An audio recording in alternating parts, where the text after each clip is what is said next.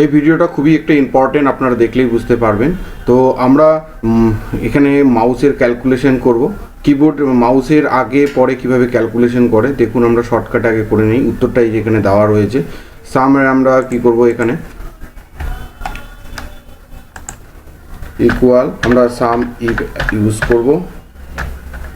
আমরা range use করব, যে লেখা আছে রেড কালার, আমরা এটা হচ্ছে রেঞ্জ আমাদের, অ্যান্ড কমা দিব।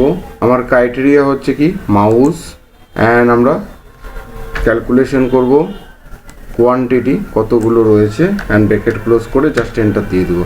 তাহলে এইটার মানে হচ্ছে মাউস, মানে অনলি মাউস কত রয়েছে দেখুন, খালি মাউস লেখা রয়েছে 50 দিয়েছে, কিন্তু হলুদ কালার করেছি USB mouse, wireless mouse, mouse PS2 রয়েছে, এগুলোর টোটালগুলো আসেনি।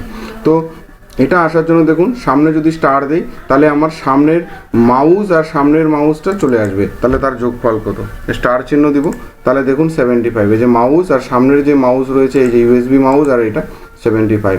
আর পিছনে যদি দেই তাহলে শুধুমাত্র মাউস আর হচ্ছে পিছনে যদি আমরা দেই স্টার, তাহলে হচ্ছে দেখুন,